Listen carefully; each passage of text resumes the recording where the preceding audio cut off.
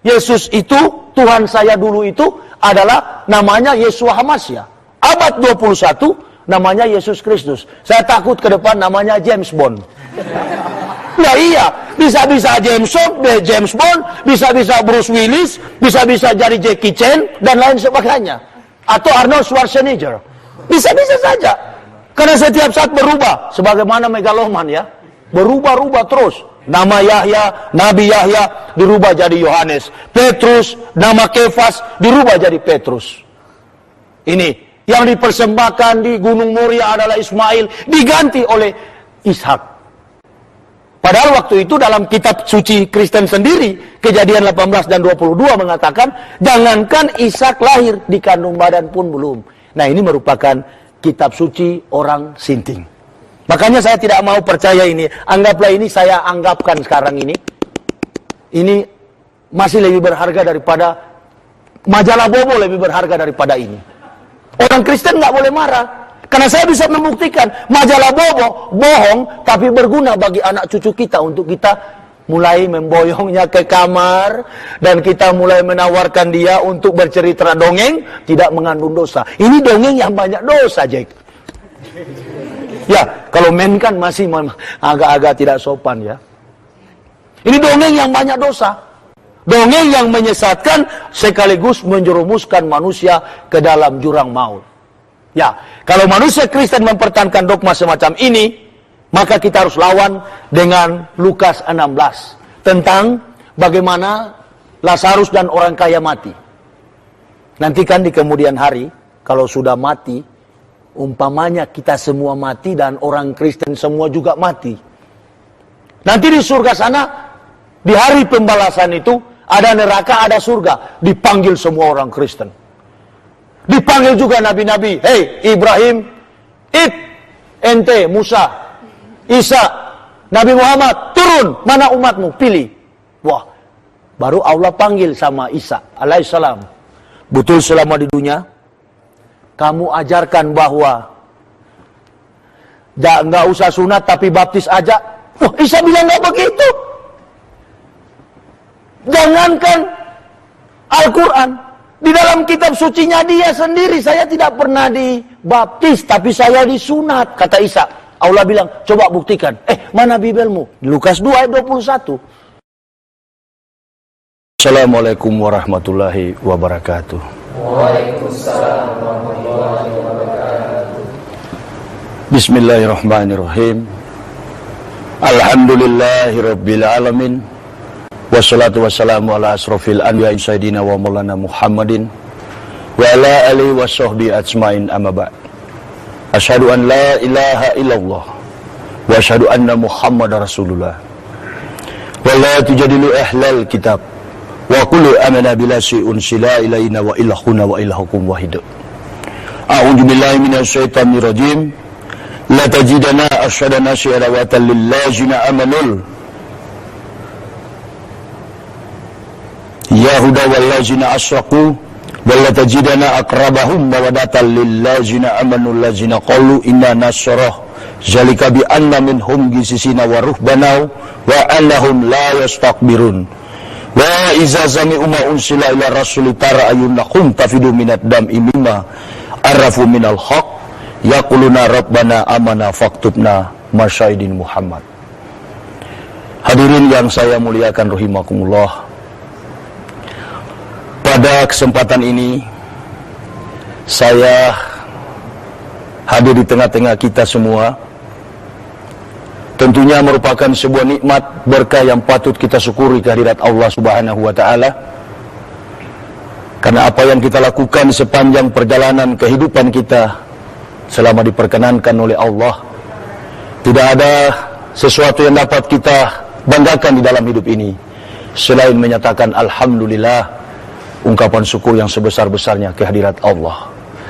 Dan semua yang kita lakukan di dalam segala peristiwa hidup ini, sebagai orang-orang beriman tentunya mengacu dari sikap dan akhlak yang dipandu berdasarkan apa yang pernah dilakukan oleh baginda Rasulullah Muhammad SAW. Karenanya di kesempatan ini saya juga mengajak, marilah kita sekalian menyatakan salawat dan taslim kepada revolusioner Islam, junjungan Nabi besar Muhammad SAW. Saya pada kesempatan ini ingin menyampaikan sebuah pengalaman hidup yang barangkali bagi manusia ini hal yang tidak mungkin terjadi. Bagi manusia hal ini adalah sesuatu yang sukar, dan bagi manusia hari ini adalah mustahil.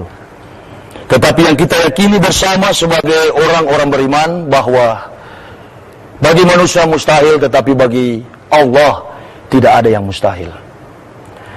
Saya telah diketahui oleh banyak orang di seluruh Indonesia,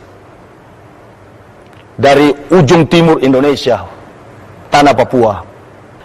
Karena dulunya saya berlatar belakang atau dalam background kehidupan saya adalah seorang pendeta, yang kemudian saya memeluk agama Islam, yang bagi saya ini bukanlah hal sebagaimana terjadi di tengah kompleksitas hidup bangsa kita ini, yang biasa-biasa saja. Umpamanya ada yang dari Islam kemudian beralih memeluk agama Kristen. Itu saya kategorikan sebagai orang yang pindah agama alias murtad. Tetapi bagi saya, memeluk agama Islam adalah kembali kepada kebenaran ilahi. Saya telah menemukan dasar-dasar kebenaran itu, yang sebentar nanti akan saya paparkan. Apa yang membuat saya tertarik, apa yang memotivasi saya untuk memeluk agama Islam. Kita tahu bersama bahwa di negara kita ini ada 5 agama besar. Ada agama Kristen, ada agama Islam, ada agama Hindu, ada agama Buddha dan Katolik. Dan saya adalah salah satu tokoh, saya adalah salah satu pejabat yang kemudian dari Kristen masuk memeluk agama Islam. Bahkan bukan cuma saya, istri dan ketiga putra saya pun turut memeluk agama Islam. Dari latar belakang kehidupan saya sebagai seorang Kristen, saya bukanlah jemaat yang duduk manis mendengarkan khotbah pendeta. Tetapi saya adalah seorang yang berdiri di atas mimbar, yang mengajak manusia untuk masuk ke dalam kerajaan surga menurut pemahaman teologi Kristen. Nah, ini yang memotivasi saya tentunya mengapa memeluk agama Islam sebagai seorang yang boleh dikatakan pendeta, tahu tentang kebenaran Kristen, bukan kebenaran Allah bagi saya sekarang. Bukan kebenaran Allah, tetapi kebenaran Kristen. Karena bagi saya agama Kristen itu adalah agama yang tidak sesuai dengan konteks silsilah daripada para nabi. Tetapi dengan sengaja, tanpa malu, tanpa sadar, tahu diri, tanpa menyadari siapa dia, kemudian membawa-bawa nama agama yang pernah dibawakan oleh nabi-nabi Allah, yakni Nabi Isa alaihissalam. Kita mengakui sebagai umat Islam bahwa Isa adalah kategori nabi yang dimuliakan dan sangat dihormati di dalam kebenaran kitab suci Al-Quran. Nah, inilah dasar yang memotivasi saya ketika sampai ke daerah Timur Tengah, ke Israel, maka saya mendapatkan pengakuan umat Israel itu jauh berbeda langit dan bumi antara Israel dengan umat Kristen yang ada di dunia. Israel mempunyai pengakuan Shema Yisrael, Yahweh Elohanus, Yahweh Ahad. Atau dalam bahasa Ibrani modern, Shema Yisrael, Yahweh Elohenu, Yahweh Ehad. Sama, Ehad mengidentikan dengan keesaan, ketauhidan Allah subhanahu wa ta'ala. Nah, persoalan yang prinsip dan mendasar mengapa saya memeluk agama Islam, ketidakpuasan saya mencari sebuah pembenaran ilahi, adalah didorong oleh kekuatan ilmiah. Bukan hanya sekedar mimpi. Karena banyak sekali orang yang memeluk agama Islam itu hanya berdasarkan mimpi. Ya, saya kalau hanya berdasarkan mimpi, barangkali saya kategori itu 80% saya tidak percaya. 20% saya masih percaya. Mengapa demikian? Karena kebenaran Islam itu tidak tepat apabila manusia mengkajinya hanya dengan sisi mimpi. Atau hanya dengan pengalaman-pengalaman spiritual yang kadangkala dusta. Saya mengkaji Islam Sehingga saya masuk memeluk agama Islam adalah berdasarkan pemahaman ilmiah dan jenjang pendidikan yang saya tempuh sampai kepada strata 3. Saya akui bahwa segala sesuatu yang ada di dunia ini terbatas. Strategi berpikir saya pun terbatas oleh aspek ruang dan waktu. Tetapi kita yakini bersama bahwa ketika Allah menciptakan manusia, Allah telah memberikan nikmat, keistimewaan khusus. Dan manusia diberi gelar yang amat sangat istimewa, didudukan pada posisi yang begitu baik sebagai makhluk yang sangat mulia. Dari sini menggambarkan bahwa sebuah pemahaman yang tertuang dalam konsep kehidupan bahwa manusia itu segambar dan sehalik dengan Allah. Ini memotivasi manusia terus untuk berpikir mencapai sebuah kehidupan yang lebih bermakna, lebih berarti, amat sangat lagi kehidupan yang membawa kepada keabadian hidup kekal, yakni surga nan abadi. Saya terus terang, Universitas Kristen di Tanah Papua yang ada sekarang berkedudukan di Sorong adalah hasil karya saya. Selama 7 tahun saya memimpin Sekolah Tinggi Teologi Calvinis yang mengkonsentrasikan ilmu perjanjian lama. Saya banyak mendidik para pendeta bahkan dengan mengajarkan bahasa-bahasa Ibrani yang kemudian menuangkannya di dalam sebuah konsep pemahaman dan terus mencari penyatuan di dalam konsep ketuhanan bersama dengan arus, bersama dengan suasana konteks zaman, dan terus mencapai sebuah persepsi yang sama dengan agama Yahudi. Tapi sampai hari ini agama Kristen tidak pernah mencapai persepsi yang sama dengan konsep keyakinan agama Yahudi. Sementara dalam unsur ketuhanan yang diyakini oleh umat Kristen tentang keilahian Yesus itu hanya berdasarkan pola logika matematika dan asumsi manusia yang banyak sekali diakal-akali oleh seorang individu yang namanya Paulus. Kalau kita perhatikan, kebetulan saya membawa Bible, kebetulan saya membawa kitab suci Kristen, ada ayat-ayat tertentu, makanya saya selalu katakan, kalau saya mendapati satu kata saja, satu kalimat saja, satu ayat saja dari Bible bahwa Yesus mengatakan dirinya Tuhan dan Juru Selamat, maka saya pasti berani akan kembali memeluk agama Kristen. Tetapi semua isi perjanjian lama dan perjanjian baru, 39 kitab perjanjian lama dari Beresit, Beresit ini bahasa Ibrani artinya kejadian, dan sampai Maleaki, itu tidak pernah mendapatkan bahwa Yesus Tuhan. Sebaliknya, di dalam Bible ini menceritakan banyak tentang kerasulan baginda Nabi Muhammad SAW. Ini saya bisa buktikan. Saya bisa buktikan. Dan menurut pemahaman teologi Kristen, apa yang diturunkan Allah kepada Yeremia, apa yang diturunkan Allah kepada Yesaya, apa yang dinubuatkan Allah kepada Musa, katanya itu untuk kehadiran nanti Yesus Kristus. Nah, ini tidak tepat dan akan saya buktikan menurut dasar teologi Kristen. Saya tidak dapat membuktikan kenabian Nabi Muhammad di dalam sisi Al-Quran. Karena memang saya dari masa kecil ya hidup di tengah kompleksitas kehidupan 99% pemeluk agama Kristen Protestan, yakni kota Manado. Makanya saya sulit untuk mengetahui Al-Quran secara baik. Bahkan bila kedapatan membaca Al-Quran, otomatis dipukul. Umur 14 tahun, saya pernah mengikuti pengajian dengan teman saya namanya Wadi, dan kebetulan masih ada masjidnya sampai saat ini, Masjid Al-Munawwarah, Tumumpa, Manado. Dan saya pernah dipukul oleh ayah saya sampai bawa belur karena mengikuti pengajian waktu masih remaja. Jadi panggilan saya untuk memeluk agama Islam itu telah terjadi ketika saya remaja. Nanti digenapi oleh Allah pada tahun 2006 ketika saya sudah menjabat sebagai pendeta malang melintang dan banyak jasa bagi gereja. Mungkin suasana ini saya pingin sekali untuk dihadiri oleh umat Kristen. Sebenarnya paling bagus kalau ada umat Kristen. Karena saya punya alasan yang kuat. Saya punya dasar teologi yang kuat. Mengapa? Di kalangan Kristen saya dapat membuktikan begitu banyak dasar-dasar teologi, dasar-dasar kebenaran yang menunjukkan tentang kehadiran Nabi Muhammad. Makanya di tiap-tiap tempat saya diundang untuk berceramah, memperkenalkan diri terkait dengan eksistensi kami sekeluarga meluk agama Islam. Itu selalu saya mengatakan bahwa saya tidak pernah diislamkan oleh seorang al-ustaz. Saya tidak pernah diislamkan oleh seorang kiai. Saya tidak pernah diislamkan oleh seorang kaum muslimin wa muslimat. Artinya tidak ada pihak atau siapapun yang memotivasi kami sekeluarga memeluk agama Islam. Tetapi sebaliknya justru saya diislamkan oleh kepalsuan, kebohongan, dan ketidakbenaran kitab suci saya ini, Kristen.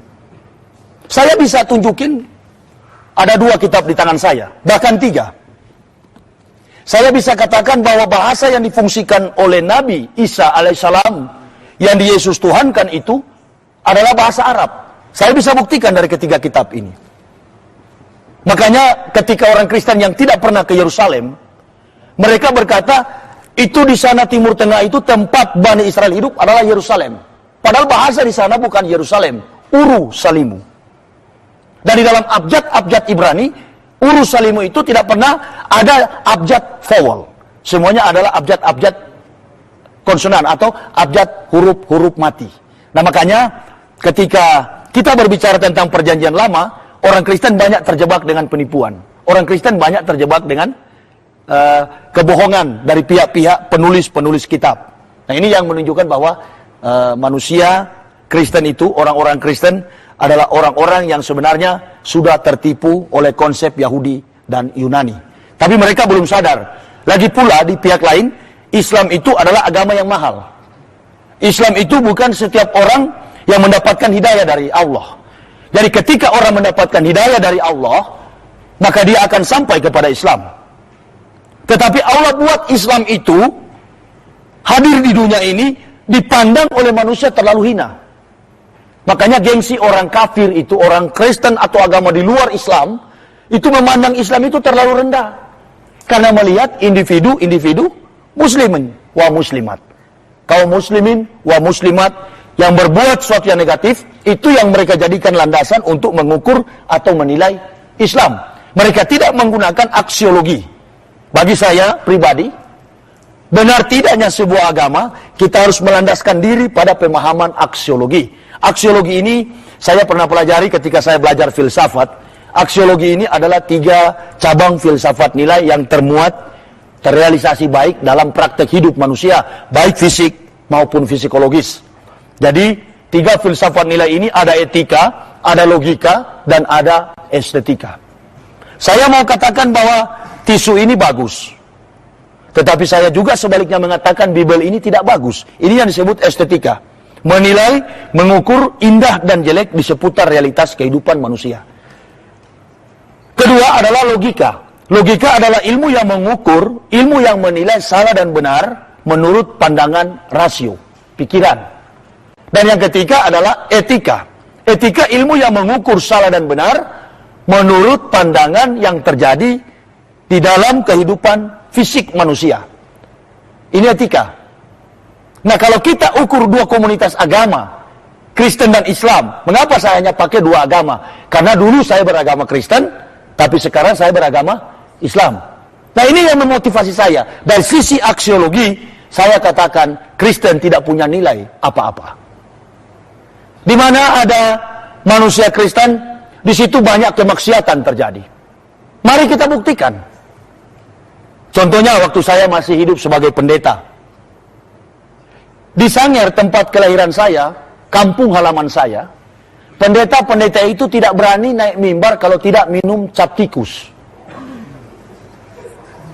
Harus tahu itu cap tikus, supaya wawasan kita di dalam budaya Indonesia ini kuat, ya. Kita akan memahami minuman-minuman keras yang ada di negara kita, bagus. Karena memang Belanda meninggalkan Kristen, supaya umat manusia ini semua rusak di Indonesia. Cap tikus itu adalah enau, kemudian dia dimasak, ya, uapnya itu disaring, dan itulah jadi cap tikus. Makanya kalau orang Manado minum itu, langsung jadi tikus, masuk got. Alias mabuk, ya. Nah, pendeta terbiasa dengan hal ini. Pendeta terbiasa dengan hal ini. Di dalam dogmatika gereja, dikatakan bahwa Yesus yang lahir dan datang ke dunia itu adalah Tuhan. Tapi ada syarat, begitu datang ke dunia sebagai Tuhan, dia harus mati. Dia mati di tangan orang berdosa. Jadi manusia kita ini termasuk Islam, Kristen, Buddha, Hindu, Katolik, Protestan, Prosetan, agama apa saja. Ya banyak agama Prosetan, termasuk Ahmad Musadik itu ajaran baru, agama Prosetan. Karena tidak ada lagi Nabi selain Nabi Muhammad, Ahmad Musadik yang jadi Nabi baru. Begitu ya. Nah, ketika Yesus itu datang, dianggap oleh Paulus dia adalah Tuhan. Karena ada 3 hal yang membuat Paulus termotivasi untuk menjadikan Yesus Tuhan. Yang pertama, Paulus menganggap kehadiran Yesus tanpa ayah adalah merupakan peristiwa spektakuler yang sangat ajaib, yang tidak mungkin dilakukan kalau bukan Allah sendiri yang melakukan hal itu maka terjadi. Jadi Paulus bermatematika, Paulus berasumsi, mengatakan bahwa, oh barangkali inilah Tuhan, karena sudah tidak ada nabi lagi yang akan muncul. Paulus lupa bahwa akan ada nabi yang nanti akan muncul setelah kemunculan Isa, dan setelah dimuliakannya Isa, baru nanti akan datang 576 tahun kemudian. Yang kita yakini bersama, itulah Nabi Muhammad. Nah oleh karena itu, Yesus datang ke dunia, ada syarat. Menurut Paulus, bahwa kita ini katanya semua sudah terkungkung di dalam dosa, dan tidak bakal terlepas dosa itu kalau Tuhan tidak mati dulu. Nah ini konsep orang sinting. Makanya surat-surat Paulus itu satu dengan yang lain saling bertentangan. Dan tidak ada sesuatu yang rasional yang mampu dipertanggungjawabkan sebagai landasan iman ketika kita mengacu dari aksiologi tadi. Artinya dari sisi teori logika, Paulus sudah keliru menafsirkan tentang ketuhanan Isa. Jika dasar kekuatan teologi dan filosofis Paulus hanya berdasarkan peristiwa kehadiran Isa secara ajaib atau spektakuler. Masih ada yang lebih ajaib daripada kehadiran Nabi Isa, yakni Nabi Adam tanpa ayah atau ibu. Ini Paulus lupa. Paulus lupa, maka orang Kristen pun turut menjadi pelupa. Paulus sinting, maka orang Kristen pun turut menjadi sinting. Saya ketika masuk memeluk agama Islam, para pendeta di Manado, di Indonesia ini, bahkan seluruh umat Kristen menganggap saya gila. Tidak gila saya. Saya bisa buktikan bahwa saya tidak gila. Mari saya baca dari kitab 1 Raja-Raja pasal 4. Ini saya tidak gila. Nah, kita harus mengikuti permainan pikiran Alkitab.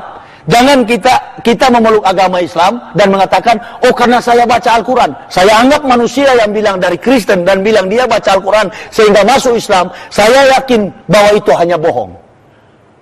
Karena manusia-manusia Kristen itu kuat mempertahankan dogma ketuhanan Yesus Kristus. Saya tidak suka ada orang masuk Islam dengan cara-cara yang munafik, yang akhirnya berujung pada ketidakmampuan mempertanggungjawabkan eksistensi kebenaran Islam. Nah, mari saya buktikan bahwa memang saya tidak gila bersama-sama dengan istriku yang tercinta dan anak-anakku. Ini di sini di tangan saya. Ini di tangan saya ini ada Alkitab, Lembaga Alkitab Lai tahun 1991 dan Alkitab Lai tahun 2006, berarti baru. Ya.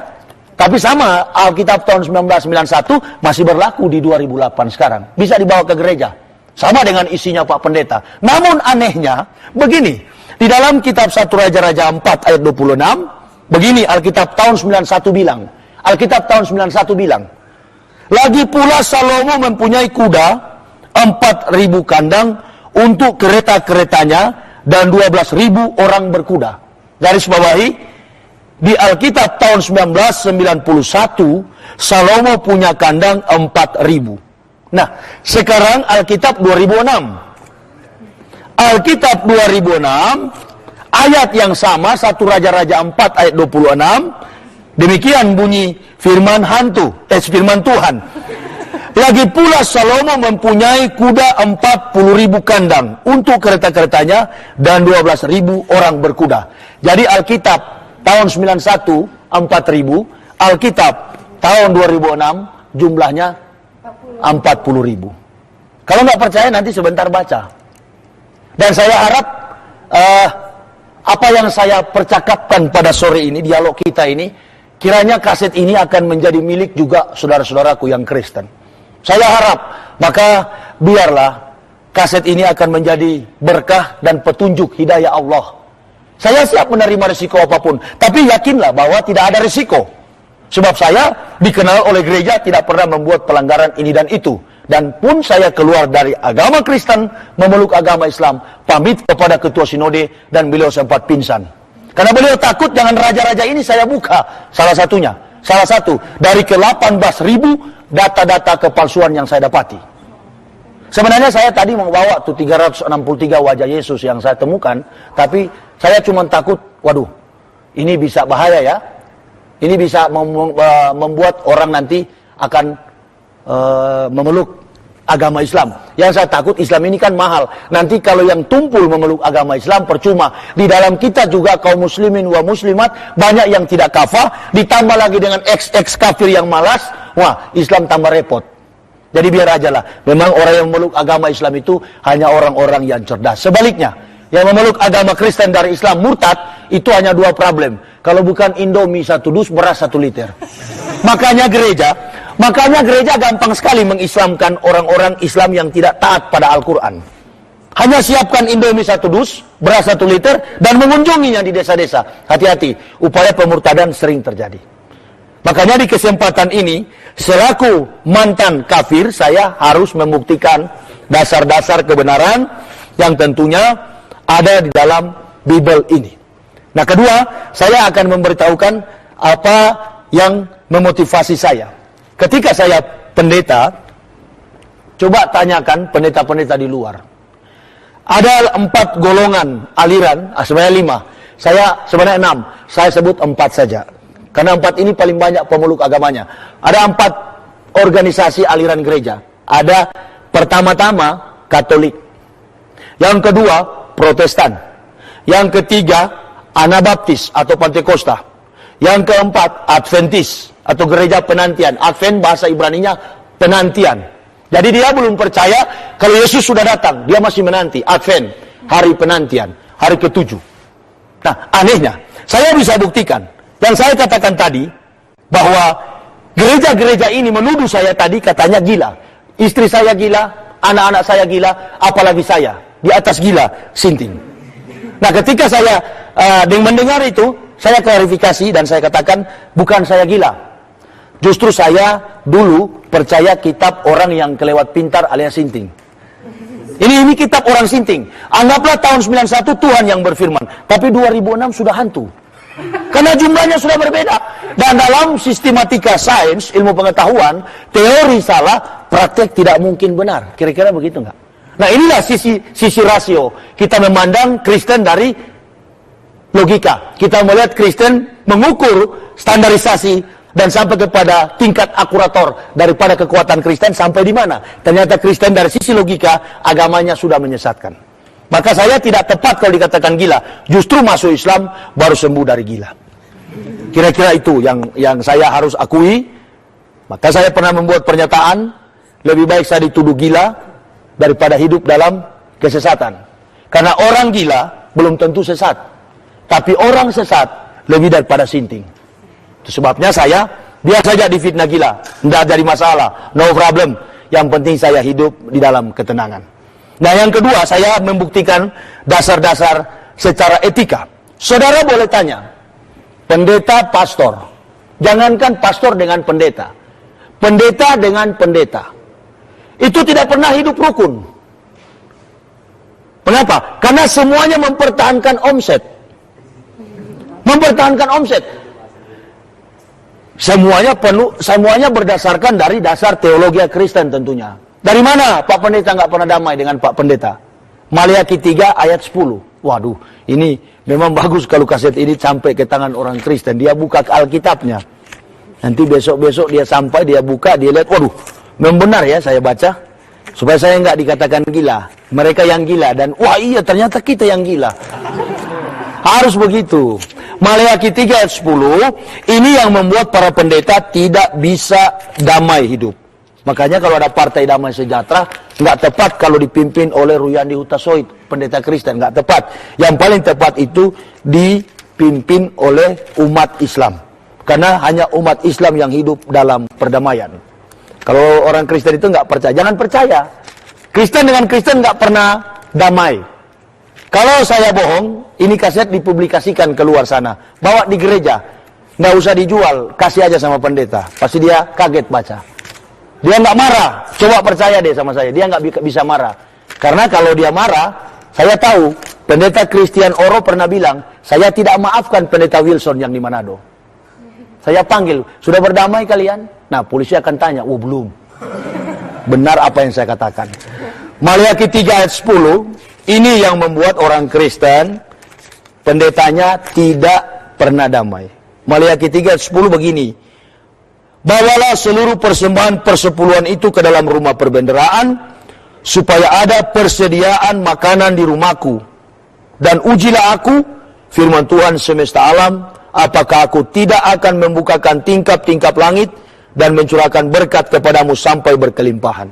Ini diimani oleh orang Kristen. Kalau dia beri ke pendeta 100, dia akan dapat 1 juta. Jadi di Kristen itu kayak porkas. Masih ingat porkas? Waktu lahir sudah zaman porkas belum? Udah ya? Sudah zaman porkas ya? Pasang 1000 dapat 10 juta. Begitulah gereja Kristen. Jadi katanya, kalau pendeta mimpin 100 kepala keluarga, dengan gaji rata-rata tiap kakak 1 juta, berarti pendeta per bulan menerima omset 10 juta. Ada perpuluhan. Kalau dari Protestan ada bantuan dari Stuttgart, Jerman. Kalau dari Roma ada Katolik ada bantuan dari Roma. Kalau dia Pantekosta ada bantuan dari Amerika, Yayasan Yakoma dan Ford Foundation. Itu membantu di bawah pengawasan American Israel Public Affairs Committee. Ini yang membantu AIPAC. Jadi semua kegiatan Kristen dimotivasi dengan dana supaya seolah-olah Kristen itu menjadi besar karena kebesaran Allah, karena kebesaran Tuhan yang di Yesus Tuhankan. Jadi itulah sebabnya pendeta dengan pendeta tidak pernah akur, rukun dan damai. Saya perhatikan ini selama bertahun-tahun, berpuluhan tahun, 9 tahun saya mengkaji ini. Waduh, kalau saya hidup terus begini, dari atas mimbar saya sampaikan kebenaran, cintailah sama manusia, kasihilah sesama manusia seperti dirimu sendiri. Tetapi kenyataannya saya masih memusuhi pendeta Pantekosta. Semua orang saya musuhi, apalagi umat Islam. Ya paling saya jengkel sekali kalau lihat yang berjenggot itu. Kayak saya langsung bermatematika di pikiran saya, ini jenggot-jenggot ini komplotan manusia-manusia teroris. Dan semua orang Kristen begitu menganggap yang berjenggot. Coba tanyakan baik-baik sama orang Kristen. 16 tahun saya memeluk agama Kristen. Menjadi pendeta selama 16 tahun, 36 tahun usia saya beragama Kristen fanatik. Dari keluarga saya, semuanya fanatik. Dan akhirnya, saya berkesimpulan, saya harus kembali kepada Allah. Saya bersama istri, tidak ada harapan lain. Kami hanya bergantung sepenuhnya hidup kepada Allah. Dan sampai saat ini, dulunya saya sakit, dulunya saya sering darah tinggi, dulunya saya sering punya dokter pribadi, penyakit apa saja sering datang. Tetapi ketika meluk agama Islam, subhanallah, menjadi tenang, walaupun setahun saya jarang tidur, siang malam saya kerjaannya cuma berdakwah. Dan pendeta-pendeta Kristen pernah berkhotbah di Manado, mengatakan bahwa ketika saya masuk Islam, saya sudah melarat, dan naik turun masjid minta-minta uang. Ini hal yang tidak betul. Justru saya banyak membantu masjid dengan hasil karya saya. Dan saya tidak makan uang haram lagi. Saya tidak peras lagi umat. Karena saya tahu dengan berkah dan nikmat dari Allah, saya bisa hidup dengan hasil yang halal. Jadi semua pendeta yang hidup di luar sana itu adalah orang-orang malas. Saya baru sadari. Untung saya masuk ke Islam. Kalau tidak, saya pun dikategorikan oleh Allah sebagai pemeras secara halus dengan memperalat Tuhan yang di Yesus Tuhankan oleh Paulus. Saya kira itu saja dulu. Silakan bertanya mengenai kehidupan saya, bagaimana saya bisa memeluk agama Islam dan apa yang saya rasakan, atau terkait dengan ilmu pengetahuan, disiplin ilmu yang pernah saya pelajari, yang kemudian saya akhirnya dari sekarang sampai nanti hari pembalasan atau sampai saya tutup mata mati, saya tetap memeluk agama Islam. Ini komitmen, konsisten dan kami tetap objektif. Silakan bertanya. Saya berikan waktu sepuas-puasnya barangkali ya, sesuai dengan petunjuk yang ada. Silakan.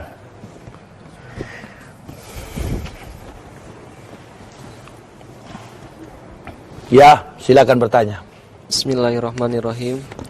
Assalamualaikum warahmatullahi wabarakatuh. Waalaikumsalam warahmatullahi wabarakatuh. Yang saya ketahui tentang Kristen itu, Ustadz, mereka itu kuat dalam menjaga dogma mereka. Apa betul seperti itu? Terus yang kedua, pengalaman Ustadz sebelum masuk Islam itu gimana, Ustadz? Baik. Terima kasih, Ustadz. Assalamualaikum warahmatullahi wabarakatuh. Waalaikumsalam warahmatullahi wabarakatuh. Saya akan jawab dulu ya. Orang Kristen kuat mempertahankan dogma hanya dipengaruhi oleh 2 ayat. Yang lain-lain itu tinggal tambahan. Kalau kita dapat berfilsafat dan meruntuhkan 2 ayat ini, maka orang Kristen tidak akan bertahan untuk memeluk agama Kristen lagi. Perhatikan ayat-ayat itu. Tulis Yohanes pasal 3 ayat 16. Ini ayat-ayat yang kuat yang dipertahankan oleh orang Kristen. Dan saya akan jelaskan. Yohanes 3 ayat 16, tanpa Bible pun saya tahu bunyinya.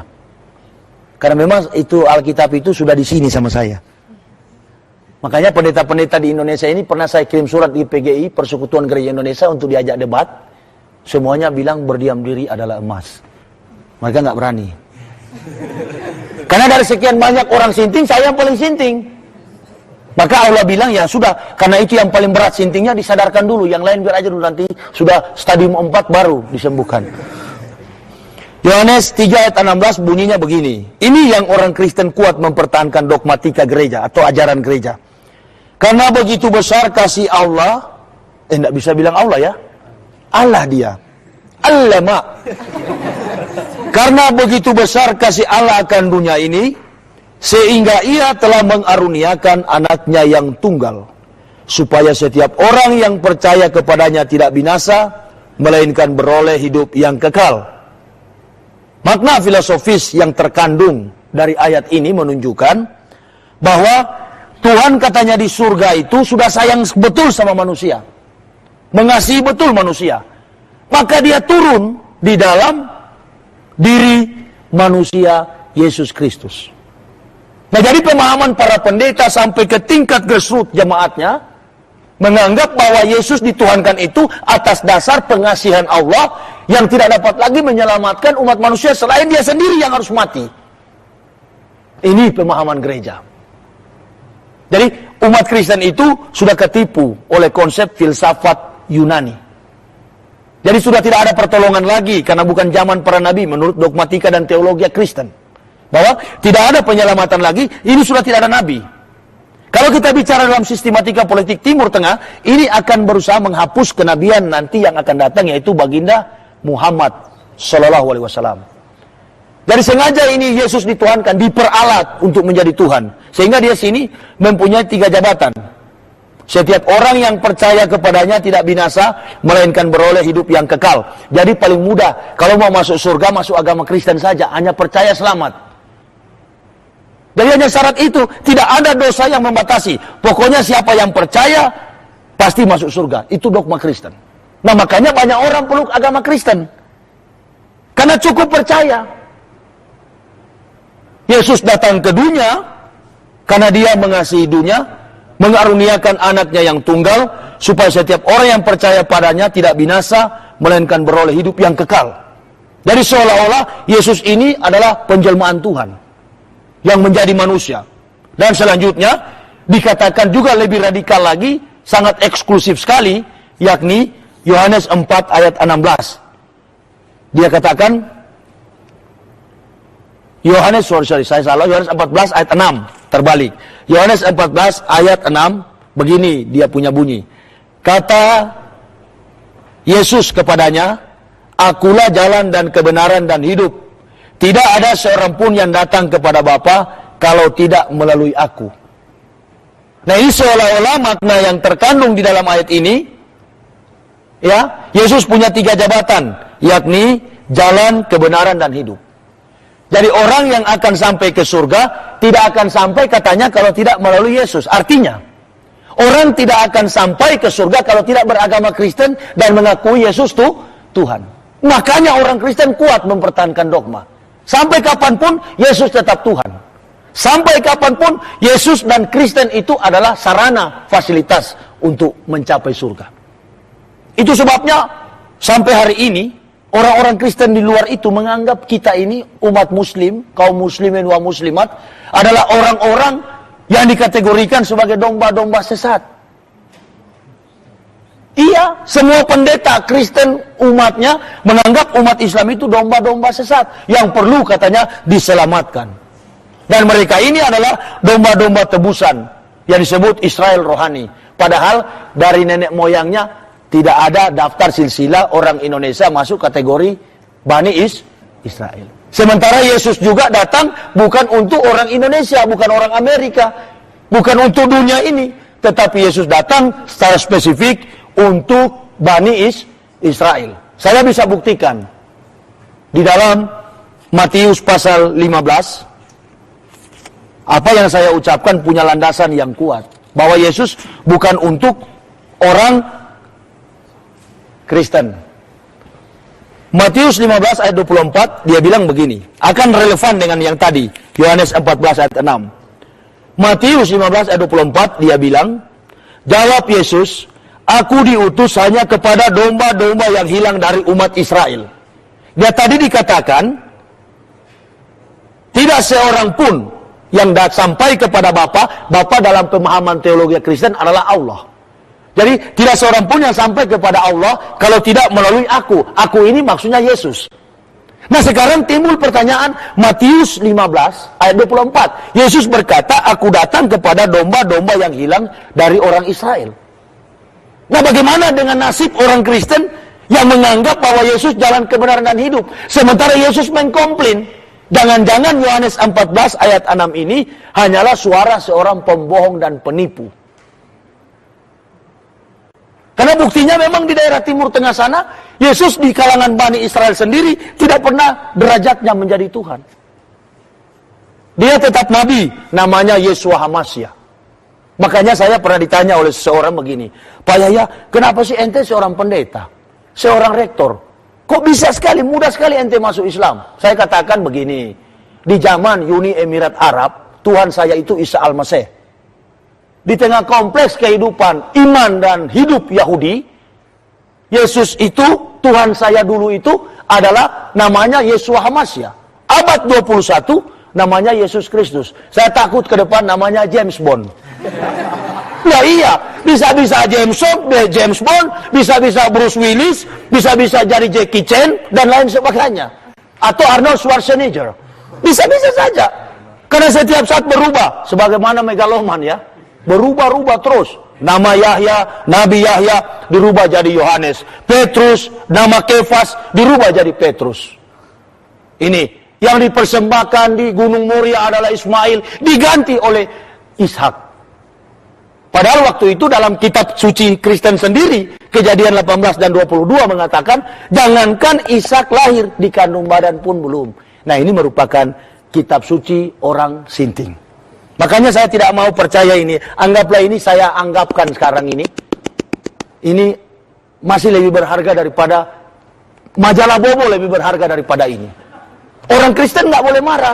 Karena saya bisa membuktikan majalah Bobo bohong, tapi berguna bagi anak cucu kita untuk kita mulai memboyongnya ke kamar dan kita mulai menawarkan dia untuk bercerita dongeng tidak mengandung dosa. Ini dongeng yang banyak dosa, Jack.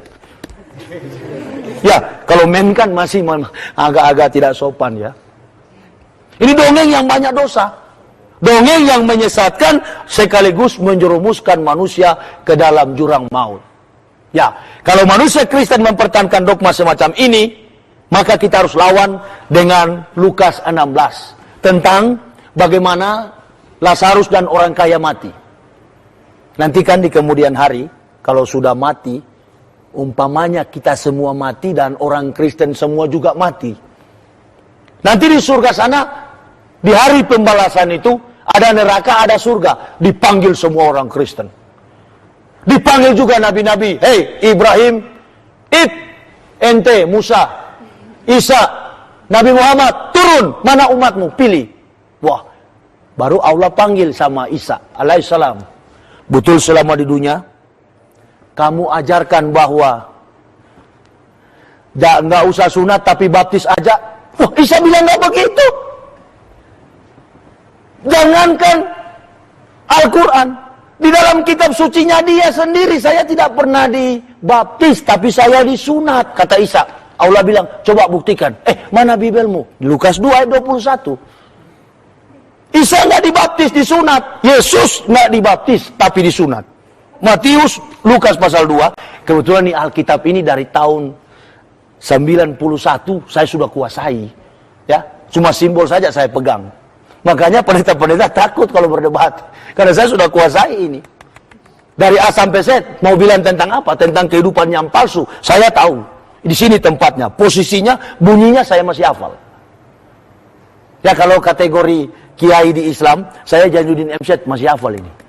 Ya hafal tuh sisi Al-Quran. Ya, mudah-mudahan saya juga jadi orator seperti beliau. Insyaallah. Dan memang tugas saya itu, harus cita-cita saya kuat. Mari kita buktikan Yesus dibaptis atau disunat. Lukas pasal 2. Ini bukan Al-Quran ya, Bible. Lukas 2 ayat yang ke-21.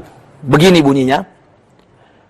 Yesus disunat dan diserahkan kepada Tuhan. Waduh, Yesus disunat diserahkan kepada Tuhan. Lantas Tuhan mana lagi nih Yesus? Memang nih agama Kristen Tuhannya double. Ada Tuhan yang baru lahir dan ada Tuhan yang melahirkan, menciptakan. Jadi saya hebat sekali dulu waktu Kristen. Saya punya Tuhan 2. Semacam mobil itu double gardan. Jadi kalau Tuhan satu nggak dengar, ada. Kalau Tuhan pencipta nggak dengar, ada Tuhan yang menciptakan dengar doaku. Maka Lukas 21 dia katakan, dan ketika genap 8 hari dan ia harus disunatkan, ia diberi nama Yesus, yaitu nama yang disebut oleh malaikat sebelum ia dikandung ibunya. Nah, waktu orang Kristen dikumpul, orang Islam dikumpul, baru Allah tanya, lantas siapa yang suruh ajar baptis?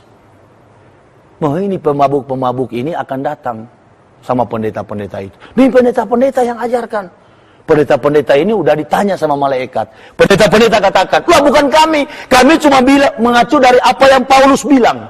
Panggil Paulus. Ini Paulus dalam riwayat hidupnya, kakinya pengkor, matanya picak, dan kepalanya botak. Ini orang ini yang mengisahkan, yang mentuhankan Nabi Isa. Dia yang meyesuskan Nabi Isa. Padahal sebenarnya kalau kita lihat di gambar-gambar orang Kristen, kenapa sih kita nggak mau berpikir? Gambar-gambar di rumah yang tersalib, kalau kita lihat secara antropomorfis. Antropomorfisme itu antropos manusia, pisme itu bentuk. Kalau kita lihat yang di dinding-dinding rumah orang Kristen, yang begini itu pakai sempak itu bukan orang Arab. Tetapi itu orang bule. Nah ini timbul pertanyaan, dari mana ada Nabi bule? Sebenarnya gampang sekali menjebak kebohongan Yahudi dan Yunani. Cuman orang Kristen itu, saya katakan tadi, sudah sesat. Sehingga dia lebih daripada sinting, sudah buta huruf. Karena tidak mau keluar dari kungkungan kegelapan itu. Banyak sekali hal-hal yang mempertahankan mereka sehingga mereka kuat bertahan pada ajaran Kristen. Tapi intinya hanya 2 ayat tadi. Yohanes 3 ayat 16 dan Yohanes 14 ayat 6. Jadi kalau adik dia jawab dengan hal itu, langsung bertanya saja. Kalau begitu Tuhan datang, Yesus datang itu jadi Tuhan, andaikan betul dia Tuhan, berarti orang nggak usah beragama lagi. Karena sudah ditebus oleh Yesus. Karena menurut penyaliban, konteks penyaliban, bahwa katanya orang Yahudi membunuh Yesus dengan eksekusi salib. Padahal Yahudi sendiri mengaku satu manusia pun tidak pernah Yahudi bunuh dengan keadaan tersalib. Itu eksekusi Romawi. Jadi orang-orang yang pakai kalung salib di jalan itu adalah pengikut Romawi, bukan pengikut Isa. Eksekusi mati orang Romawi itu harus disalib. Dan sebelum Yesus tersalib, ada 2 penjahat yang tersalib duluan, Signatius dan Barabas. Nah ini. Ya, enggak usah jauh-jauh lah. Saya waktu masih kecil, ada istilah Sondag School. Sondag School itu sekolah minggu. Belanda yang didik. Guru sekolah minggu saya, Oma Tamapipe ini usianya konon 78 tahun. Dia bilang, Yohanes makan belalang dan madu. Ada teman saya bertanya, Oma, apa itu belalang? Oma bilang, ya itu belalang itu boto-boto, bahasa Manado, seksafa atau serangga. Yang warna hijau itu. Nah, setelah saya dewasa pergi ke Israel, ternyata Oma bohong. Belalang itu di sana di Israel buah yang sangat manis, lebih manis daripada madu. Nah, inilah karena buta hurufnya orang Kristen di Indonesia. Yerusalem bukan Yerusalem, Urusalimu. Ya, dan bahasa Ibrani itu baru setelah Isa telah terangkat. Dan kalau memang benar bahwa Isa itu adalah nabi yang hidup, yang dituhankan, yang benar-benar hadir di tengah komunitas Yahudi, mengapa dalam Alkitab Kristen posisi Isa di zaman Perjanjian Baru dengan bahasa aslinya Yunani? Nah, sampai hari ini memang kabur dari sisi logika, etika, dan sampai pada estetika. Agama Kristen itu tidak dapat dipertahankan lagi untuk dijadikan sebagai sarana penyelamatan bagi kami sekeluarga. Jadi hati-hati, dua ayat itu yang menjadi alasan kuat. Dan harus kita tanyakan, kalau Yesus datang untuk mati dan menebus dosa manusia pada waktu itu, lantas dosa-dosa kita sekarang bagaimana? Karena menurut pemahaman Kristen, orang Islam pun dengan kebenaran Yesus harus mengaku Yesus Tuhan supaya selamat. Masuk hansip susah ya. Masuk hansip susah kan? Zaman sekarang masuk hansip susah kan? Apalagi masuk surga. Dia nggak mandi junub, enak sekali masuk surga.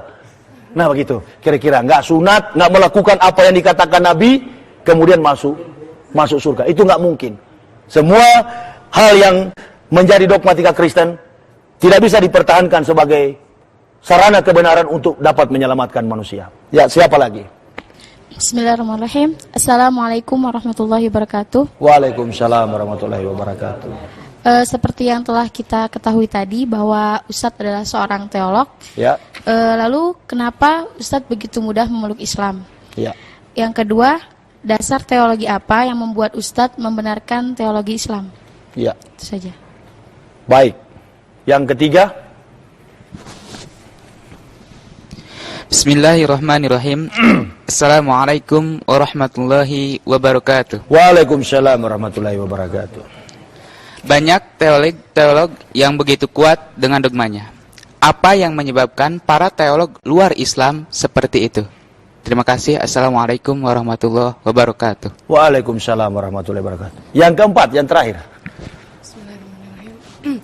Assalamualaikum warahmatullahi wabarakatuh. Waalaikumsalam warahmatullahi wabarakatuh. Begini Ustadz, apa saran Ustadz kepada umat Islam itu seperti apa? Terima kasih. Kristen nggak disarankan. Mungkin untuk umat Islam. Islam saja, Ya. baik. Assalamualaikum warahmatullahi wabarakatuh. Waalaikumsalam warahmatullahi wabarakatuh. Mengapa saya seorang teolog yang memahami dasar-dasar kebenaran teologi Kristen sampai kepada penjabaran dalam perealisasian dan maksud-maksud iman Kristen itu, kemudian dengan mudah saya meninggalkan pemahaman itu dan justru memeluk agama Islam. Ya, saya jawab singkat sekali saja. Justru sana saking tingginya saya memahami teologi, saya makin dekat dengan Islam. Karena menurut pemahaman teologi Kristen, bahasa Perjanjian Lama itu katanya bahasa aslinya dari kitab Kejadian, 39 kitab, Kejadian sampai Maleaki, itu bahasa aslinya bahasa Ibrani. Namun setelah diadakan penelitian, penelusuran tentang pencarian naskah asli Perjanjian Lama, Old Testament itu, ternyata menurut para teolog Yahudi, Masora dan Septuaginta, 70 sarjana Yunani, naskahnya itu disimpan di Laut Mati. Laut Mati ini konon adalah laut yang apabila kita lempar bayi itu, bayi tidak bakal tenggelam. Karena saking dalamnya Laut Mati itu. Nah, katanya di situ disimpan naskah Laut Mati, Injil asli itu. Nah, ini menunjukkan bahwa cerita ini cerita bohong. Kembali dari Israel, saya nggak banyak komentar. Justru saya pikir ngapain saya belajar capek-capek, hampir putus urat saraf. Sampai teler saya belajar S3, akhirnya hasilnya 0. Makanya saya melihat, siapa tahu Islam yang betul. Karena pengakuan orang Israel, ketahuilah hai Israel, Allahmu Yahweh, dan Yahweh tunggal, esa. Nah, hampir sama dengan asyhadu an la ilaha illallah. Nah, ini pendekatan ini yang saya temukan, saya cari terus. Dan akhirnya berangkat dari para sejarah para nabi, apa yang dipadukan dalam praktek hidup umat Islam di Indonesia, dan secara menyeluruh dalam konteks global, itu sama dengan penjabaran yang dilakukan oleh para nabi dan pengikut-pengikutnya di zaman tempo dulu. Jadi ini sangat meyakinkan saya bahwa agama Islam itu adalah agama yang benar-benar datang dan hadirnya dari Allah melalui para nabi-nabi Allah. Dan dari zaman Nabi Adam sampai Nabi Muhammad, bahkan Isa pun tidak ada perbedaan satu dengan yang lain dalam derajat dan kodrat, kemampuan, the power of property. Dan mereka adalah sama di pandangan dan kekuatan yang diberikan oleh Allah. Kalau orang katakan seperti Raja Habasya katakan, kenapa Nabi Muhammad datang nggak dengan mujizat? Karena Isa sudah membongkar duluan. Nabi Muhammad datang bukan dalam pemahaman waktu itu orang nggak mengenal Allah. Sudah ada orang mengenal Allah, tapi agama diselewengkan. Maka dia tidak cocok datang dengan mujizat. Karena kalau Nabi datang dengan mujizat, berarti manusia pada konteks itu hidup dalam penyembahan berhala. Maka perlu ada tanda-tanda yang menakjubkan sehingga dia mampu meninggalkan kekuatan-kekuatan lain dan memfokuskan perhatian pada kekuatan Allah. Nah, sementara Nabi Muhammad hanya datang dengan firman karena meluruskan penyimpangan yang terjadi, alias manusia hidup bukan dalam penyembahan berhala, tapi hidup dalam kefasikan dan kemunafikan. Maka dia luruskan semua itu. Dan kedua, aspek ketiga adalah saya yakin bahwa memang Nabi Muhammad itu Nabi Allah, karena dalam kitab Yahudi itu dikatakan bahwa ada kata Ruach HaKodesi. Ruach HaKodesi itu dalam Talmud Israel menjelaskan bahwa akan datang Nabi. Dan saya bisa buktikan dalam Yohanes 15. Yohanes pasal 15. Disinilah yang dirubah oleh tangan Yahudi yang kotor. Yohanes pasal 15. Salah saya. Yohanes pasal 14.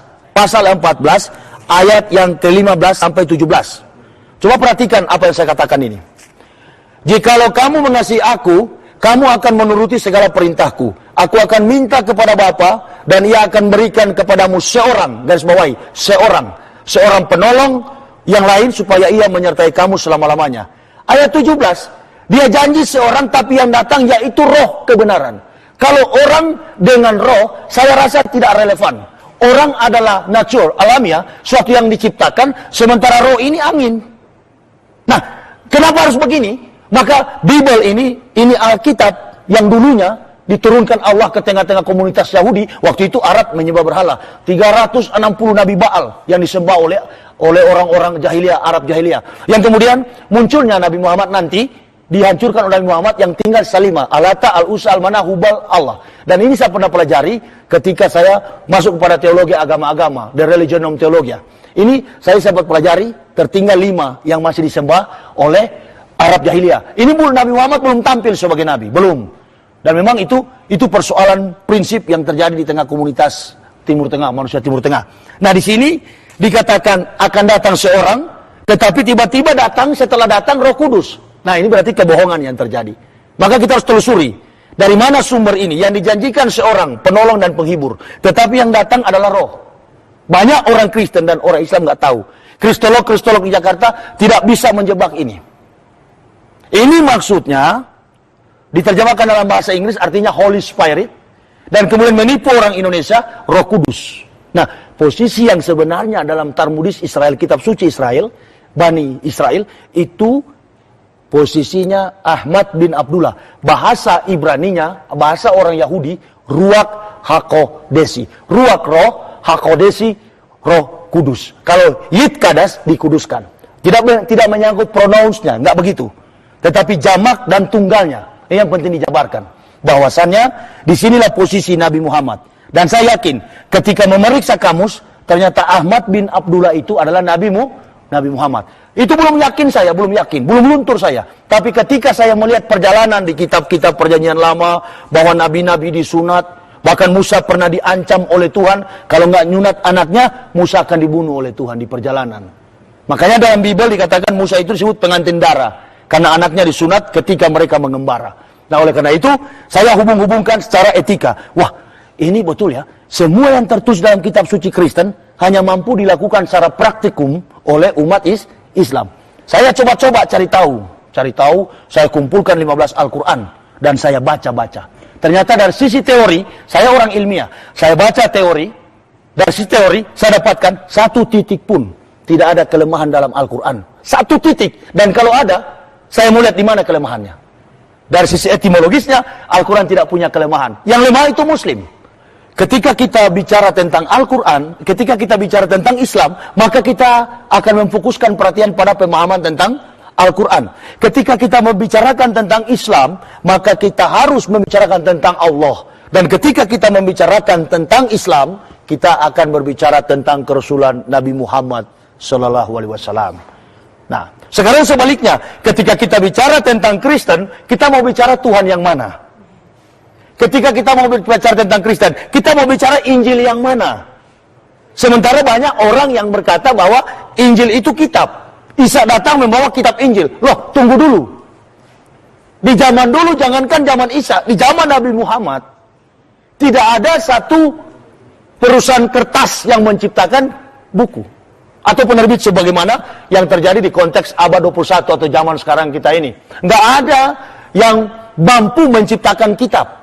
Musa saja menurunkan 2 loh batu dari Allah. Musa membawa hukum-hukum Taurat Allah itu, perintah-perintah Allah itu, hanya dengan percikan kemuliaan Allah, maka jadilah perintah Taurat itu.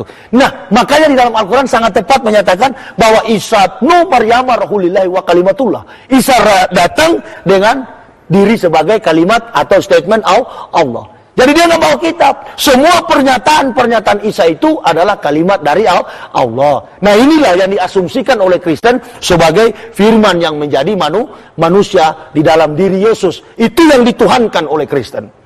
Nah, ini persoalan prinsip yang harus kita ketahui bersama. Sementara Islam tidaklah sah nilai keislaman kita kalau tidak mengakui salah satu kitab yang Allah turunkan ke dunia ini, termasuk di dalamnya Injil. Tidaklah sah iman seorang muslim apabila tidak mengakui salah seorang nabi yang Allah turunkan ke tengah dunia ini, termasuk di dalamnya Nabi Isa. Tapi yang diimani dan dikondisikan dalam pemahaman teologi Kristen secara baik, itu Isa yang mana dan Injil yang bagaimana. Makanya terdapat begitu banyak perubahan-perubahan istilah penamaan. Isa Al-Masih diganti Yesus, ya, Injil diganti dengan kitab Perjanjian Baru, New Testament. Dan begitu banyak nama-nama Rasul dirubah-rubah oleh umat Kristen. Tanpa sadar dan tanpa malu, tetap saja membawa nama Isa. Yang sebenarnya tidak identik dengan Injil, tidak identik dengan Allah, dan tidak identik dengan Isa. Nah, itu sebabnya setiap tanggal 25 Desember, orang Kristen itu diketawai oleh Allah. Saya amat sangat yakin. Karena sulitnya para teolog mencari pembenaran dari mana datang tempat, tanggal, bulan, dan tahun lahirnya Isa alaihissalam atau Yesus. Nggak ada seorang teolog pun yang tahu. Bahkan B.J. Bolan, ya, seorang pakar teologi Kristen Perjanjian Baru, beliau katakan, kita tidak mengetahui tanggal dan tahun berapa Isa itu dilahirkan atau Yesus itu dilahirkan. Nah, karena Yesus digambarkan oleh orang Kristen sebagai terang dunia, maka ada kebiasaan adat istiadat orang Romawi pada waktu itu, karena institusi agama Kristen ini dibangun atas dasar kekuatan politik pemerintahan Romawi dan Yunani. Makanya terus menerus menggempur kekuatan Islam. Nah, oleh karena itu diambil dewa yang disembah pada zaman Romawi, yaitu dewa matahari. Kebetulan anak dewa matahari ini lahir pada tanggal 25 Desember. Dijadikan sebagai landasan pengakuan iman Kristen Yesus sebagai terang dunia. Karena matahari. Nah, itu sebabnya kalau kita berbicara tentang agama Kristen, sebenarnya agama Kristen itu nggak punya nabi. Contohnya semua nabi yang memerintahkan, umpamanya nabi katakan dalam perintah perjalanan kehidupan nabi, disunat, orang Kristen nggak sunat, ganti baptis. Dia ganti baptis. Nah, ini penyelidikan ini secara teologi, ya, ditanyakan tadi, yang memotivasi saya, membuat saya bermatematika, mencapai sebuah kepastian di dalam kehidupan yang tentu tidak lagi saya ragukan, tentu tidak lagi saya pungkiri bahwa inilah kebenaran. Ketika saya melihat dasar-dasar teologi Kristen dan memadukan di dalam satu panduan dan praktikum yang terjadi dalam konteks kehidupan umat Islam, maka saya berkata, tanpa isi kitab suci pun orang Islam itu masuk surga. Maka saya harus mengikuti syariat-syariat yang ada dalam Islam. Contohnya bersyahadat. Ya, bukan berarti bahwa kita mengakui Nabi Muhammad. Saya analisa. Wah, kalau saya masuk Islam, saya lihat dulu. Jangan-jangan Nabi Muhammad tidak mengakui nabi-nabi lain. Nah, makanya saya beli 15 Al-Quran. Saya baca. Waduh, kalau Nabi Muhammad egoistis, Nabi Muhammad ekstremis, Nabi Muhammad seorang yang eksklusif, maka tidak mungkin dia memantapkan cerita. Dia mengangkat kemuliaan Isa itu yang di Yesus Tuhankan oleh Kristen sebagai nabi yang harus dicontohi dalam sikap dan tauladan hari-hari. Makanya dia bilang, Isa, justru kitab suci Kristen kurang menceritakan mujizat Isa. Al-Quran yang paling lengkap. Isa pernah meniupkan tanah, maka jadilah burung. Di Kristen apa? Orang buta berjalan, orang lumpuh bisa Orang buta melihat, orang lumpuh berjalan, dan lain sebagainya. Orang mati, bangkit, itu semua dalam Al-Quran. Ini menunjukkan saya salut dengan Nabi Muhammad. Berarti dia adalah seorang Nabi yang diutus Allah. Namun, pemahaman ini tidak bisa saya dasari pada sisi teologi yang secara nyata harus saya pelajari secara etimologis. Karena saya waktu itu dan sampai sekarang masih bodoh membaca Al-Quran. Maka saya, karena punya dasar filosofis yang kuat, dasar pemahaman filsafat dan logika yang kuat, maka saya menstandarisasikan pemahaman kenabian Rasulullah Muhammad itu dalam sisi logika. Saya berpikir begini, Indonesia merdeka tahun 1945. Saya lahir tahun 1970. Indonesia merdeka, pemahaman yang saya terima bukan atas dasar saya mimpi, tetapi Pak Guru yang berkata, "Hei murid-murid, Indonesia merdeka tahun 1945. Dengan pemahaman ini, semakin saya yakin dan seluruh murid-murid lain bahwa Indonesia betul merdeka. Diselidiki dalam praktikum, pelaku-pelaku sejarah mengatakan betul pada tahun 1945 Indonesia merdeka. Nah sekarang saya menganalisis secara baik dengan logika yang sehat, the positive thinking, bahwa 3.500 tahun perjalanan baginda Nabi Musa dengan Isa. Ini rentang waktu jarak 3.500 tahun Musa sampai ke Isa. Isa sampai ke Nabi Muhammad 576 tahun. 3.500 tambah 576 tahun. Oke? Berarti 4.076 tahun. Dari mana Nabi Muhammad tahu tentang cerita Musa, jangankan Musa, tentang Isa saja 576 tahun rentang waktu. File memori manusia tidak akan bertahan lebih daripada 30 tahun mengingat peristiwa-peristiwa lalu. Ini 4.076 tahun. Dari mana Nabi Muhammad tahu itu? Sementara satu, beliau adalah seorang ummi, seorang buta huruf. Karena memang wajar. Dulu nggak ada SD, nggak ada SMP, nggak ada SLTA. Semua Nabi ya memang buta huruf, ummi. Siapa bilang? Terus orang Kristen bilang, Isa sarjana ekonomi. Ente karang. Mana ada dulu Lemdik? Nggak ada Lemdik dulu, Jack. Nggak ada lembaga pendidikan. SD pun nggak ada. Pantas aja kalau nabi-nabi dulu patah pensil alias buta huruf. Tapi bukan orang bodoh. Mereka profesor di atas profesor. Karena mereka langsung, walaupun dulu nggak ada Pak Guru, ada guru di atas segala guru.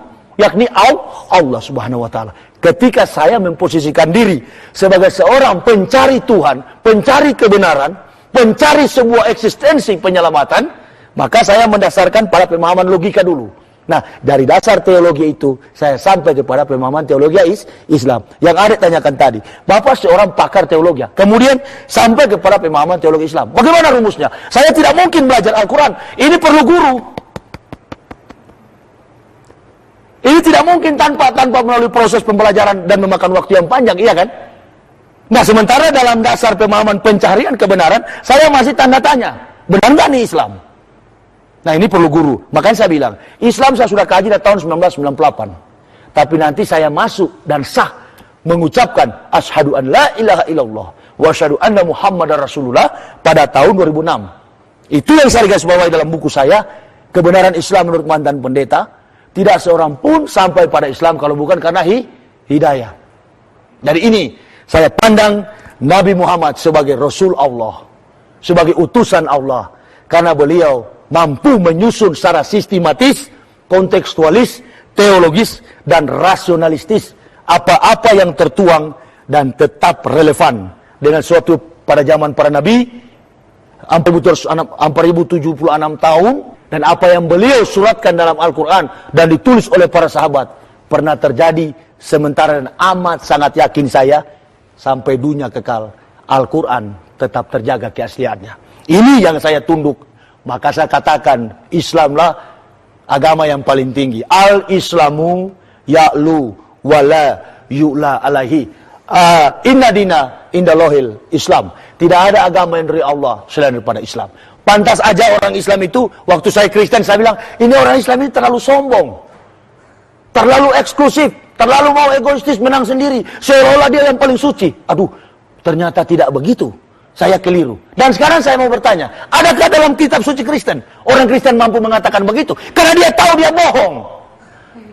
Karena dia tahu dia nggak betul, maka dia takut katakan begitu. Ketika dia pancing dengan statement itu, maka ada umpan balik. Dasar mana ente bilang ente benar? Nah ini, maka akan ada tembakan. Sama dengan orang bilang begini, saya jago karate. Coba kamu lawan saya, padahal nggak bisa karate, patah-patah ente.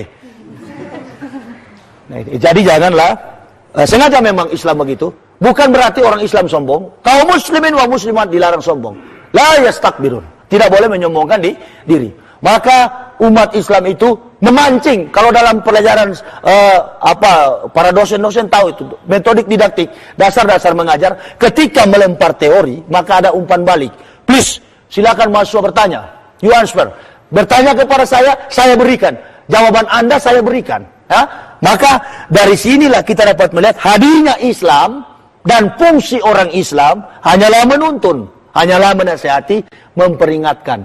Ya kalau saya tampil begini di studio, saya bukan mengajak memaksakan orang pindah agama, tetapi saya menyadarkan, menuntun manusia untuk kembali menggunakan akal sehat. Hati-hati, karena akal ini adalah suatu yang dapat menjerumuskan kita, tetapi sebaliknya, akal juga dapat membawa nikmat dalam segala perjalanan kehidupan kita. Maka itulah jawabannya, saya mengukur kebenaran Islam dengan pengakuan, bukan pengetahuan. Walau adik mau pancing bertanya kepada saya, Bapak seorang teolog, tapi saya tidak mengedepankan pengetahuan mencari Islam. Namun, Islam, walaupun saya mengedepankan pengakuan, bukan berarti itu Islam tidak syarat dengan ilmu. Saudara-saudara tahu, adik semua tahu, bahwa Islam itu, Al-Quran ini, kitab suci Islam itu, dipakai oleh orang Eropa untuk membangun teknologi dan saintis. Dia membangunnya ilmu pengetahuan dengan dasar Al-Quran. Salah satu contoh, di dalam sini saya nggak tahu di mana posisinya, alam dan lingkungan harus dijaga. Nah, cuman orang Islam di timur ini, kaum muslimin wa muslimah di timur, masih dalam standar posisi teori. Islamnya masih teori, tapi prakteknya ada sama orang bule yang kafir-kafir itu. Kita ketemu kucing, patuk kaki kita langsung ditendang, mampus kucing. Ya kan begitu? Ya, ketemu ular kecil, wah inilah yang mencobai Adam dan Hawa sehingga berdosa. Ambil parang, potong. Orang bule enggak. Ambil tuh ular, dipelihara, bahkan tidur dengan ular. Nah, jadi teori masih ada pada kita, praktek sama orang kafir. Nah, yang Allah cari kira-kira teori atau praktek? Nah, praktek yang Allah cari. Makanya kita jangan cuma jago teori, mari teori kuat dan juga praktek. Saya mendasari diri pada praktek. Makanya teori saya tinggalkan, teologi Kristen saya tinggalkan, saya masuk kepada pengakuan. Islam bukan berarti tidak memiliki pengetahuan, justru Islam kaya dengan pengetahuan. Saya mau sampaikan, kalau Islam itu, menurut pemahaman saya, tidak cocok orang bodoh yang peluk agama Islam. Makanya, dan tumpul-tumpul di luar sana, termasuk Yusuf Roni, mantan yang mengaku mantan kiai palsu ya. Yusuf Roni itu padahal penjahat yang sudah keluar masuk penjara. Mengaku output dari UIN, Universitas Islam Nusantara Bandung. Setelah dicek, banyak sekali kasus Yusuf Roni. Mengaku asli Palembang, Islam yang fanatik, padahal Islam munafik dulunya. Nah ini, jadi memang beda ya. Kalau orang Kristen masuk Islam, orang-orang qualified. Tapi orang Islam masuk Kristen biasanya orang-orang yang kehilangan jalan hidup. Jadi susah, Dek. Kalau adek tanya begini, kenapa Pak Yusuf Roni ente kok seorang kiai ya yang menguasai Al-Quran kemudian pindah ke agama Kristen? Apa yang mendasari? Bingung, Yusuf Roni nggak bisa jawab. Karena Yusuf Roni bukan seorang kiai. Dan dia tidak bisa mempertanggungjawabkan karena dari mengacunya sudah salah, pertanyaan salah tidak boleh dijawab dengan hal yang benar. Makanya teologi Kristen itu teologi yang dibangun atas dasar asumsi. Tapi teologi Islam, teologi yang dibangun atas dasar realita dan sejarah. Sejarah, suatu yang buta dapat melihat. Tuli dapat mendengar. Bisu dapat berbicara, terkubur lapisan bumi yang paling bawah, sejarah itu hidup. Jadi Islam itulah kebenaran. Saya terpanggil tanpa komentar, tanpa panduan dari siapapun, tanpa petunjuk pihak siapapun yang memaksakan kami sekeluarga, dengan penuh kesadaran keikhlasan hati, surga jaminan yang kami fokuskan, kami memeluk agama Islam dengan mengucapkan asyhadu an la ilaha illallah wa asyhadu anna muhammadar rasulullah. Sekian itu yang saya bisa jawab, dan kemudian apa yang Bapak rasakan selama memeluk agama Islam, saya rasakan cuma satu, ini jujur, saya tidak main-main.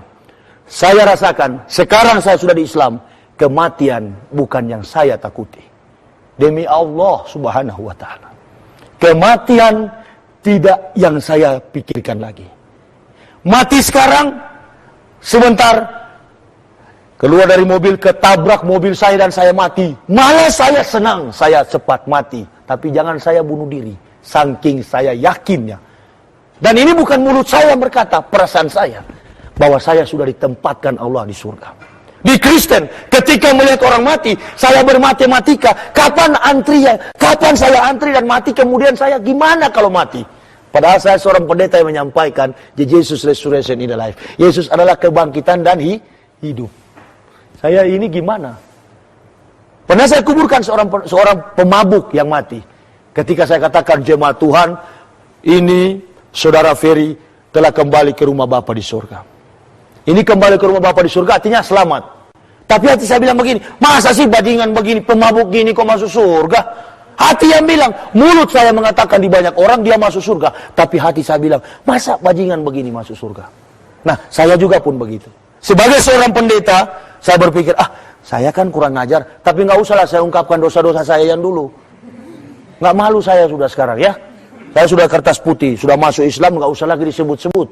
Ya, nanti dijadikan alasan, dulu pendeta pantas di Islam buat lagi. Nah, itu gitu kan. Insya Allah, saya akan pertahankan nilai keislaman saya. Karena saya masuk Islam, kalau dulu pendeta Kristen, sekarang saya jadi pendeta Islam. Mudah-mudahan, insya Allah, dengan nikmat yang kami rasakan, ya, melalui pertobatan kami ini dan sampai kepada hidayah Allah, akan juga dipakai oleh Allah menjadi sesuatu yang berguna bagi kelangsungan, kemegahan, kemuliaan dan kebenaran agama Islam. Nah sekarang, apa yang paling memotivasi yang Bapak rasakan begitu ya? Pertanyaannya, sehingga Bapak kuat dalam Islam. Satu, ketenangan dan kedamaian selama saya hidup. Ketika ketenangan itu datangnya dari mana? Saudara-saudara bertanya, ketenangan itu datang ketika saya menunaikan salat 5 waktu. Padahal cuma 5 menit. Saya hanya Al-Fatihah, beberapa ayat-ayat pendek. Sebaliknya kalau saya tidak melaksanakan sholat, saya seperti dikejar-kejar dengan hutang miliaran rupiah. Seperti ada yang kejar. Pernah saya bertanya kepada istri, Mak, saya punya perasaan gak tenang. Istri saya bilang, ente sudah sholat? Saya bilang, iya ya, rupanya belum. Jadi yang membawa saya mempertahankan Islam yang saya rasakan adalah ketenangan, dan yang kedua, mati tidak saya pungkiri. Terima kasih, hanya ini yang saya bisa sampaikan. Salam saya kepada umat Islam supaya kuat mempertahankan akidah Islam. Jangan sampai menjual Islam hanya karena kenikmatan-kenikmatan dunia. Dan kepada umat Kristen, marilah berpikir membaca, jangan dulu baca Al-Quran. Baca dulu kitab suci saudara, dan kemudian saudara kaji secara baik dengan sejarah, memadukannya dengan prinsip-prinsip praktek yang ada pada umat Islam. Lalu saudara silakan, saudara putuskan. Saudara juga tidak hanya hidup sementara di dunia ini. Saudara tidak hidup kekal, tapi hanya sementara. Saudara akan meraih surganya Allah apabila saudara telah sampai kepada Islam. Terima kasih. Akhir kata saya, ihdinas syiratal mustaqim. Wabillahi taufiq wal hidayah. Wassalamualaikum warahmatullahi wabarakatuh.